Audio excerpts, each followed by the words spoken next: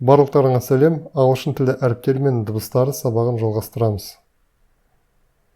A, K, I әріптері қатар тұрғанда ache болып оқылады.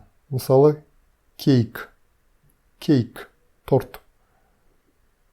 AME әріптері aim, flame, от. ATE, eight, gate, қақпа, gate. ANE, ain, crane, кран. INE әріптері қатарлас тұрғанда nine оқимыз. Nine, 9 саны, nine. ILE, I'll, smile.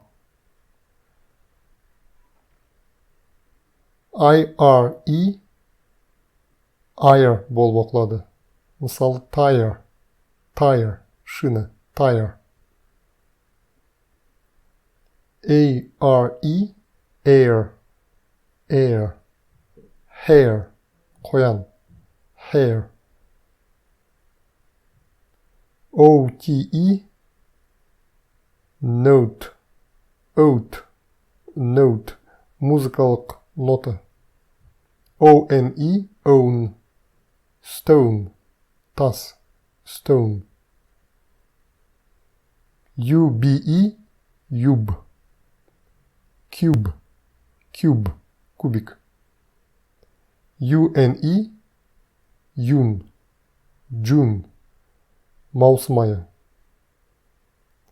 Осымен сабағымыз аяқталды.